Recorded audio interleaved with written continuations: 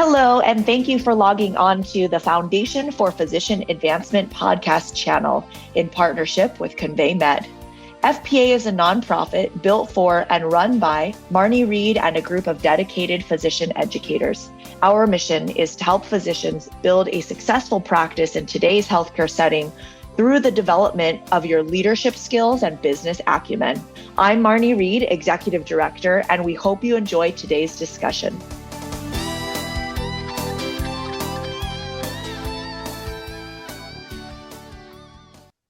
This episode was recorded live at one of our Building a Successful Practice courses, so please pardon any background noise and conference references. This discussion features moderator Dr. Neil Badlani leading a discussion on ASC migration considerations with faculty members Dr. Michael Ast, Dr. Brian Culp, and Dr. Cynthia Emory. All right, thank you guys again for being here. Thank you, Marnie, and everybody for inviting me to come along. It's awesome. So we're going to talk about surgery centers. I have a few slides, and I'm going to go through them quickly because we have really great people up here, so I'd rather have them talk and discuss. So I have equity in a surgery center. I've had equity in a surgery center for about 10 years. I also, for about 5 years, had a leadership role in a small surgery center company. I was a chief medical officer, and we had about 10 surgery centers at one point when we were doing well. And then we didn't do well, and I learned a lot from why we didn't do well. So surgery centers are becoming more popular. I think the drivers of growth are better technology, the desire to have better satisfaction for ourselves as physicians and for patients, and the desire to control healthcare costs. So when we think about what are the clinical benefits of a surgery center, patients usually can have a very good experience there. You can provide high-quality care. But the challenges are making sure you're bringing the right patients in the right cases, that you're not compromising safety, and that you're doing a good job with pain control like we just talked about. From a financial perspective, surgery centers cost less money to our healthcare system. We can do the same case for less. Surgeons can be involved in the profit at a surgery center, which is much harder to do in a hospital system. But again, because we do have those motivations, we have to be careful legally and ethically that we're doing the right thing. So 20-some years ago, most surgeries were done in hospitals. If it was an outpatient procedure, it was still done in a hospital. But that's changed a lot now. 60 to 70% of cases are being moved to the outpatient setting. So why do we do this? From a patient perspective, we have patients that really know more about healthcare. They have increased access to information because of the internet. And the financial burden of healthcare has really been shifted more to patients. They have higher deductibles. Higher co-payments, so they want good health care. They want to be in a place where they feel like they're taken care of well, and usually in a surgery center, you don't get bumped by an emergency. It's usually a little bit more of a better experience. It's a consumer-oriented center with higher volume, usually very specialized and more predictable schedule, and usually results in better satisfaction for patients. From a physician standpoint, most physicians feel good when they work in a surgery center. If you're involved in the investment, you have some control. You're treated more like a customer yourself. Usually it's better turnover and a better work environment if it's going well. So how do we transition patients to a surgery center? There's a lot of things you can think about. You have to select the right patients, and it's not just the orthopedic issues. You have to think about their comorbidities, obviously, their cardiac issues, sleep apnea, diabetes. You have to have your whole team buy into the idea that doing this case at a surgery center is great. So some people come in and think, I'm having a spine surgery, I've got to be in a hospital, I've got to be there for 3 weeks recovering. And then like if you're, secretary or you're a PA, if everybody has that mentality, it's not good. You have to be like, we're going to do your ACDF and it's going to be an hour and you're going to be out 2 hours later. And everybody kind of has to buy into that mentality to sort of shift the paradigm that orthopedic surgery doesn't have to be done in a big hospital and take a month. So you need this team approach. You have to have your anesthesiologist involved. You do have to have a backup plan. If you do need to take someone out of the surgery center, how are you doing that? And then like anything, there's a learning curve. Make sure that, at the beginning, you're doing cases in a hospital where you have backup. If you get a CSF leak, what do you do? And get very comfortable that you can discharge this patient after surgery in a hospital setting before you transition to doing those cases in a surgery center where you have to discharge them. Generally, it costs less to do surgery in a surgery center, and that gets transferred to patients. So if the if the cost of the surgery is less, then usually the patient's cost is less, and that's been shown in many studies. Physicians can be involved in the profit of the surgery center. Most surgery centers have physician ownership, and so there's a lot of different ownership models. It's a separate discussion, but certainly we can benefit from that ancillary revenue. And even if you're not an owner and you're in a place that's more efficient and you can do more cases and you have more control over the center and you have more involvement in the day-to-day decisions, it's usually a good place. So if we do, an ACDF or a joint replacement in a hospital, the reimbursement is so much. If we do it in a surgery center, it's less. It's usually about 50 to 60% the cost. And so if we're in a situation now where we're spending so much money on healthcare and we're trying to figure out how do we cut those costs, shifting the site of surgeries from big expensive hospitals to more efficient surgery centers is a very powerful way for us to reduce healthcare costs, and that's beneficial for everybody. And when we look at reimbursements, charges are less, 50 to 60% less for ACDFs and laminectomies and joint replacements when they're done in the surgery center. So this whole idea is surgery centers are basically a disruptive innovation to healthcare. Instead of doing the case in a large, expensive medical center that's inconvenient and very costly, because of better technology, because of better physician technique, we can displace hospitals and move these cases. Now, obviously, we still need hospitals for big things, but you don't need them for all the things that we're doing them. So this idea of decentralization happens in all industries. If you think about computers, for example, there was a time when things were done on mainframe computers, then on desktops, now laptops. Now you can do everything on your phone that 30, 40 years ago you had to do in a different place. When physicians are owners in a surgery center, you have to be familiar with the Stark laws. If you're an owner, you're not profiting from directly the volume and value of what you're doing at the center. Your profit comes from your ownership or your equity, which sometimes is a challenge. In an ideal situation, your equity sort of mirrors your productivity, and that's a whole other discussion. But it has to be done that way. Now, when you do have ownership in a surgery center, you have a conflict of interest. If you could do this case in a hospital, but you could do it in a surgery center, make sure that you're deciding which cases you take to the surgery center based on clinical decisions, obviously, not financial ones. So from an ethical standpoint, these are some guidelines from the AMA. We should only refer to entities that we have ownership in if we believe the care is equivalent or better. It's very important to disclose your ownership to the patient, so you don't have to tell them, but you may have it in writing, or you may talk about it with them. I haven't had patients say, "Oh, well, if you own that center, I don't want to go there." I mean, usually they think it's great that you're involved as an owner and that you're involved in sort of all the aspects of their care. Again, if you're making decisions for the best interest of your patients, that's going to supersede everything. In a surgery center, generally, we have more control. We can have better quality of care, more efficiency for our patients. It can be much more convenient for physicians and patients. We can lower the cost of healthcare.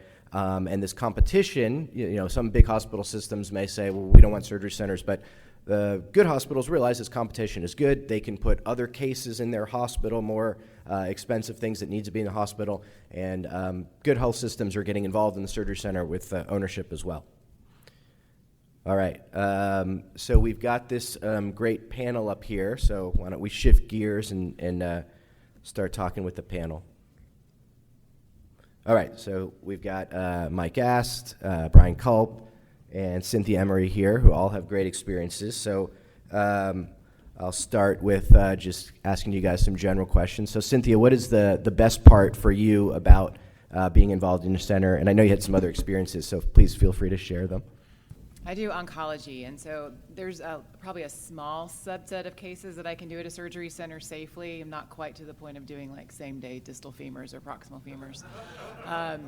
I have had one go home the next day. But anyway, so one of the challenges that we had, I work in an academic center at Wake Forest, and we had a joint venture surgery center, ASC with surgical care affiliates. And we opened the center in late 2017, early 2018, and it's a 3-room ASC. And block time's hard to come by. And so we had block time. We couldn't get anybody to go out there. It was crazy. And this place is like 10 minutes from the hospital. It wasn't far. could not get anybody to go. Nobody wanted to change their practice. And so our utilization in the surgery center for the first year and a half was in the 30s. It was terrible. And so I pulled some numbers. In 2019, we did 450 cases in the entire 3-room ASC. Awful. So then COVID hit. And we had to shut everything down, and we had started to getting some people maybe to go out there. Maybe they liked it, maybe they didn't. And then COVID hit, and I run the block committee for our hospital, and I reworked the block schedule. And basically, the only places that you could do surgery during COVID was the surgery center. We weren't doing any elective stuff in the main hospital, so we basically forced people to go out and do cases in other sites because they didn't have another option. Now, we're an employed physician group, so I had leverage to be able to do that. People couldn't just take their cases down the street and go to the competitor's ASC or hospital. And once people got out there and they started doing their cases, they really, really liked it. And so now we did, I think in 2021, we did almost 2,400 cases, and in 2022, we're up to 3,000 cases. And so we're one of the most efficient surgery centers in our health system now. It took a pandemic to get people to go out there, which is really kind of crazy, because I imagine most of you guys probably really want to do your cases in a surgery center. When you go to a place where if you need block time in the main hospital, you have to think about how you're going to diversify your practice. So not every patient can be done in a surgery center, to what Neil was talking about, and some of it's going to be patient complexity, but you also have to understand things like implant cost. And if you have a Medicaid patient, you can't usually do those cases in a surgery center and have any sort of financial benefit to anybody, because oftentimes the implant cost isn't reimbursed. So you have to understand that. You have to know what your patient mix is going to be. If you're joining a group and they say, oh yeah, you'll be able to do all your cases in the surgery center, and then you have no time in the hospital and half your patients aren't eligible for an ASC, where are you going to do your cases? So you really want to be thinking about that. I was going to say also during COVID, everyone was afraid of the hospital, right? They didn't want to go to a hospital with an ER filled with COVID patients, so taking them to the surgery center was great. Well, thanks. Great talk. Cynthia, just real quickly, 2 questions, one for you and one for Mike. Can you just define what joint venture means at like an academic institution like you're at, as you feel comfortable to define that? And then, Mike, where are you guys at for HSS and outpatient ventures for arthroplasty currently? Yes, you can structure your ASC indifferently. We are hospital employed, so physicians are not allowed to have ownership or equity in the surgery center. So Wake Forest has a joint venture, or they co-own a surgery center with Surgical Care Affiliates is the group that we work with. Wake's 51% owner, Surgical Care Affiliates is 49%. And so our board is comprised of members of both organizations, and we make decisions together. We get a distribution check quarterly for some of the hospital gets a distribution check quarterly based on, exactly. They get a distribution check every quarter, yeah. So keep in mind, that's not an actual rule, right? Employed physicians absolutely are allowed to own surgery centers. The hospitals just don't want you to, and in many cases, that's an internal rule, but that shouldn't be the end of the conversation. Right? I think it's really critical as surgeons that we say, wait a second, you're going to be more efficient, you're going to get this distribution check, you're going to get this profit, you're going to do this and that, and I'm not going to get anything out of it, is exactly why in 2019 they did 300 cases there. Right? We need to take it upon ourselves to ensure that our practices, healthcare systems, whatever it is, incentivize us in appropriate ways. And if you're an employed physician and they will not allow ownership, then create a gain sharing model with them. And with appropriate site of service utilization, every improvement in that year over year, you get some check of some kind, right? Our gain sharing model at HSS gives us 6-figure checks every year, right? And that actually has nothing to do with surgery centers. That's all the other stuff we do with the hospital to reduce readmission rates, to reduce infection rates, to standardize practice across the service. All those things are absolutely legal, totally appropriate, and something that we as surgeons should demand, because we shouldn't keep making everything better and better for everyone else and getting paid less. That doesn't make sense. So that's number one. Sorry, I got a little soapbox there for a second, but I tend to do that about this topic. Number 2, to answer Bolo's question. So HSS, fascinatingly unique animal. So yeah, So nothing about HSS makes sense from a business perspective. Let's be very clear about that. It's really well run and a great place to work, but the business model that we work in is very strange. We created the country's first surgeon and hospital-owned ASC hospital network, which means every surgeon at HSS owns every surgery center, which, if done incorrectly, is a gross violation of the anti-kickback statute, right? So remember that you hear referred to Stark Law all the time. It's actually not Stark Law that guides surgery centers. Stark Law guides all other ancillary revenue we do, which includes DME facilities, and DME, physical therapy, all these things where you can That's refer. true. Surgery centers are an exception to Stark Law. Technically, surgery centers fall under the anti-kickback statute, which is exactly the same as Stark Law in terms of the wording that your distribution check cannot be related to the volume or value of your referrals. The difference, and the extraordinarily important difference between the two, is that Stark Law is a strict liability statute, which means you don't have to intentionally violate it to be wrong. So if you accidentally violate Stark Law, you are still wrong, and you will be penalized. Luckily, Stark Law is what we call a green type problem, right? Green problems are money problems. If you violate Stark Law, it's $250,000 per occurrence, and it goes up if you do it more than once. So each time it accelerates, and Stark Law violations can cost you millions and millions of dollars, so don't do them. And they can be by accident. The anti-kickback statute, which specifically is for surgery centers, hospitals, nursing homes, rehab centers, right, places where patients are cared for, is not a strict liability statute, meaning you have to intentionally violate it to be guilty. Good. Bad, it's what we call an orange problem. Means you violate the anti-kickback statute and you go to jail, right? It is a civil and criminal penalty. So you get fined the same $250,000 per occurrence, but you also go to jail. And there was recently a surgeon put in jail for 10 years for a violation of the anti-kickback statute. It happened in the last 3 months, right? So it's real. You do not want to violate it. And exactly to what we heard earlier, the way you violate it is that if you have ownership related to how much work you do there. So I do more cases than you, I get more money at the end. Nope, you're going to jail, right? You have to, everyone puts in an amount of money. That money you invested is what determines your distribution. So I know I got a little off track there answering your question. The way we did it at HSS is because we have so many surgeons and so many centers, the goal of our surgeons is to standardize care across all of them so that every building feels like the same. And we don't want to incentivize our complex care surgeons to go to the surgery centers, right? We don't want our infection specialists to stop treating infections and start doing primary joints because they can go and own the surgery center. So as a group collectively, the 150 of us created a company with HSS that owns all of our surgery centers. So it's very unique. It took a lot of lawyers to get there. Don't try to do it wherever you're going next. It won't work. But there are lots of incredibly unique models that you can have for surgery center ownership that are different types of JVs that you can be creative with them. You just got to make sure you play within the rules. Connecting to that previous lecture about jobs and contracts, are the things that we should, if we think, hey, maybe surgery center sounds great, maybe one day I'd like to own one, are the things that we should be looking for in our contract that would allow us to do that? And then 2, how would you learn how to start a surgery center? Like, what's the source for, like, how would that start, just to kind of get thinking about it?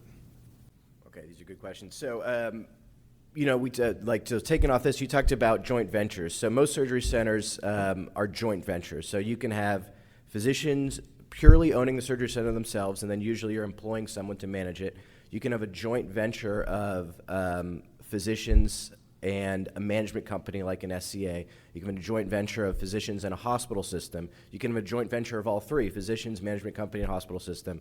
You can have something that's owned by a hospital system, but physicians are contracted to co-manage it. So the second part of your question was, how do we start a surgery center? It's unlikely you're going to start it on your own. You're going to want to find a trusted management company or hospital system to help you set up the ownership structure.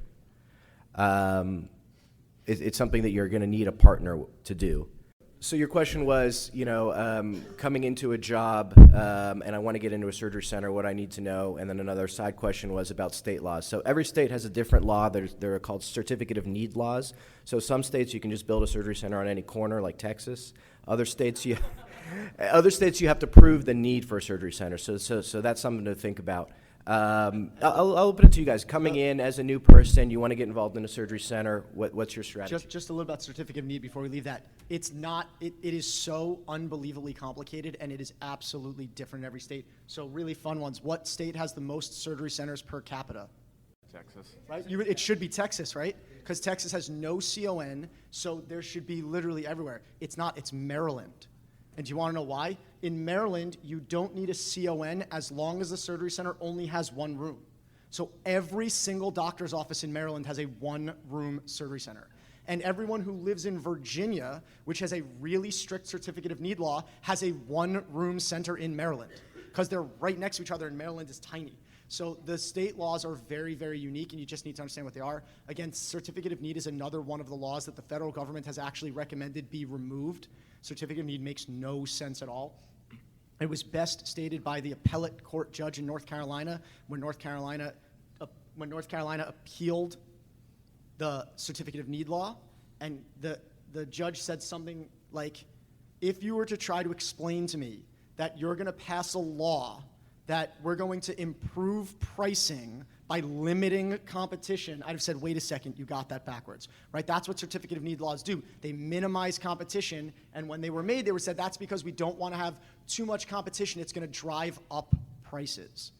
That doesn't make any sense at all. So certificate of need laws don't make any sense, but they exist in 35 states in the District of Columbia. They're being challenged in 3 states right now that will probably be overturned, and hopefully over time we'll see them go down less and less, but you absolutely need to know what you're saying. But it is worth knowing the state you're going into, because these Absolutely. things are not, I mean, it's not need-based, right? It's basically lobby-based. So it's like whatever the lobbying group is, the health system, Cynthia's looking at me over here, but those are the entities in the state where you work that are trying to get those CON ORs. And they sit on the CON board. The CON Yes, board correct. is the local hospital. It's crazy. It's so crooked. So just to pull back, Cynthia said they kind of forced, quote unquote, but they created a means to get their surgeons to go to the ASC. For you guys who are coming in as residents and fellows and maybe in your first couple years, this is something you're going to evolve to over time. And or you should, if you're in sports or you're in foot and ankle or hand or something where the cases are easily, like that's where the cases are going to be done anyway. When you're talking spine and joints and distal femoral replacements in an ASC, I'm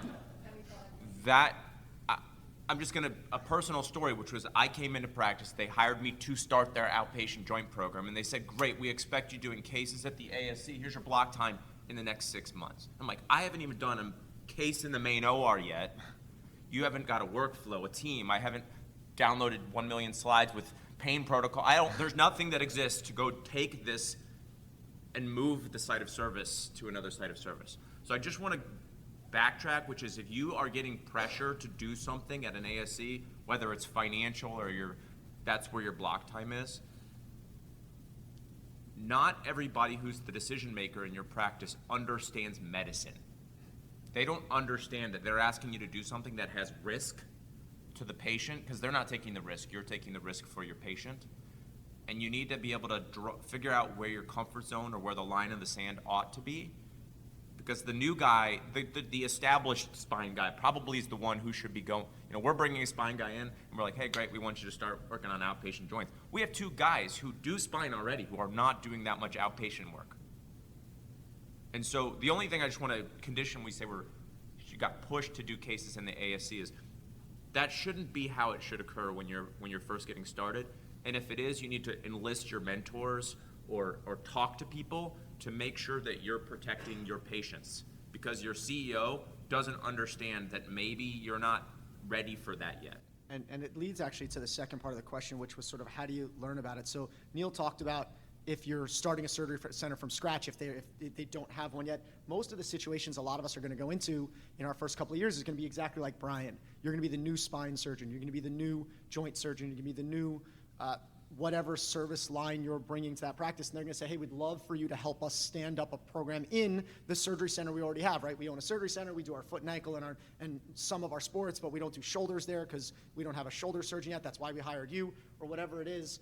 And then you're just going to have to figure out, how am I going to get from, oh my gosh, it's my first day in practice, where's the bathroom, to how I'm going to stand up an outpatient spine program. And I think finding people out there, in 2000, I don't know, when did you start your spine program?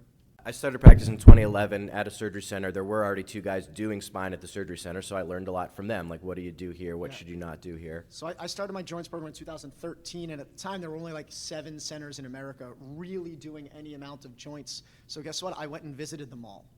I talked to my industry partners, and I talked to people, and I went, so if you're going to stand up your outpatient spine program and you're getting there new, go visit Neil. Right? Like, go find mentors, colleagues, friends, connections through industry, and go visit some centers. Go see what they do. Go see their protocols. A lot of our subspecialty meetings now will have sections on. There's ICLs on outpatient joints and spine at the academy. All of our specialty societies have now. Take the time, educate yourself, because you want. Brian's exactly right. I was there when Brian stood up his program, and he was very diligent about. Okay, I'm going to do it at the hospital. I'm going to develop a protocol there. I'm going to consistently discharge 95% of the patients I think are going to go home from the hospital, right? You'll never get above about 93, 95% in a hospital because someone is going to tell at least one of those people, like, what do you want for breakfast the next morning? And that's it, they're staying. They're staying. Doesn't matter how good they feel, they are staying for that free breakfast the next morning. So you'll never get higher than that in a hospital, and you'll easily be able to get that patient out in the surgery center because there's no breakfast the next morning. But I think take it in a stepwise fashion, be really responsible about it, and visit people, learn from other people, learn from people doing it already. It's 10 years since we started our programs, and now there's lots of them out there. So I think there's a lot of opportunities. But we had the visiting and mentorship. So we had a young guy. We just tagged on this pain protocol. A young guy who's a new joints guy that we hired, who just his only block time could be at the ASC because he didn't have enough main time in the OR. So he did a case out there. But because he's new, his total knee takes him 75 minutes, not 45 minutes, and he's still on a short-acting mepivocaine spinal like I'm on because they just ran the same protocol for him that they ran for me, and then he got narcotics to finish him through the case. And then he had postoperative hypotension, and then he had a patient sit in the PACU till 7 o'clock at night, and then we got a phone call, why is your junior partner doing this? And it was nothing to do with his fault. It was just that he hadn't gone through those iterations in the main OR to figure out consistent timing, and that everybody, or they have to change their anesthesia protocol to a spinal and an epidural, whatever it is. But it's just when you're doing this launch, do it purposefully, as Mike said. You got to really think through all the downstream consequences, because then there is nobody at the ASC at 9 o'clock at night. Yeah. I think if you're going to be asked to go and develop a business or develop a service line at a surgery center in a regional area, you also need to find out if there have been other people that have been asked to do that and were not successful, and to try to understand why. So if you're the second or third sports person joining this group and nobody's doing cases out there, it's important to understand why the previous 2 were not successful if they had the same task. We have an audience question. Yeah. Having an ownership stake in ASC and having lower reimbursement, how did you change your practice from what you're doing in surgery at the hospital to what you're doing at the ASC? Did you change your practice at all? Did you make adjustments based on cost, overhead, expenses? Sure. So the question was, reimbursement is lower in the ASC. How does that change your practice? Basically, so your margins you got margins. Right. And how did you change your practice? So when we talk about reimbursement, the reimbursement I was referring to was the facility fee, if that wasn't clear. So the professional fee reimbursement of me doing a spine case or a joint case in the ASC is the same as the hospital. So from the doctor's standpoint, doing the case, you get paid the same. The hospital, the surgery center gets paid less, but their cost should be less. And you can have ownership, so it can still be a very profitable situation if it's set up right. Sometimes it's not set up right. If the implant costs too much and the reimbursement is too low for like a spine fusion or a joint, then you can't do it in that case. Then you've got to go back and renegotiate your contract to get implant costs put into it. So Those are things to consider. Others? I think you told me something you did yesterday about flow seal, right? So like, I think that was you. So like in the main OR, if I'm gonna do an anterior hip and I say, go ahead and open that Aquamanus every case. In the ASC, I'm like, have that in the room. If there's bleeding, we'll pop it open, right? It's little things that cost $100 here, or don't open all the sutures at the start control of the case. your costs. Don't now, open the bandages till we know how long it's part the of your wound bottom is. line to keep 'Cause your all those- costs. But again, that comes with experience where Neil knows that he can get through that case without flow seal a couple times before he says, just don't open that, right? I can get through the case without needing an Aquamanus or an extra implant or something like that, because I did that 10 times in the main OR to know that I could not use flow seal on my case. And it's also about educating yourself on the details of your center, right? Every center has different contracts. Every contract has different stuff in it. So Medicare never pays for implants. Okay, that's one problem. Some private insurers have what they call pass-through implant pricing, which means actually the implant doesn't come out of your bottom line at all. They directly pay the manufacturer for the implant. And by the way, they don't even care what it costs. So oftentimes, in those situations, you'll hear, oh, we really got to lower our costs. Let's go after implant pricing. And you're like, wait a second. Implant pricing actually doesn't affect us in any way. But you have to know what your contracts look like. So pass-through contracts, implant bundles, same-day surgery bundles are very common at surgery centers where they cover everything, anesthesia, physical therapy, nursing, facility fee, surgeon fee, all in one bundle just for the day of surgery, right?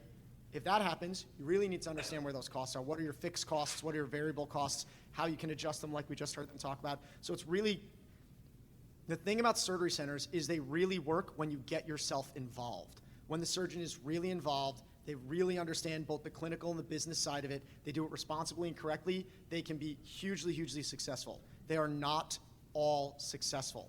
And that's usually because the surgeon thought it was just going to work like the hospital and everything was going to be fine. So if you are interested in that type of world, if you are interested in working in a surgery center, owning a surgery center, and making money, the key is to learn your surgery center, learn your contracts, get to understand the business, and then you can be hugely happy. Thank you guys so much for all your questions. Thank you again for listening in. We hope you enjoyed the discussion with our FPA faculty. If you'd like to learn more about our mission or upcoming events, please visit our website at www.buildingasuccessfulpractice.org.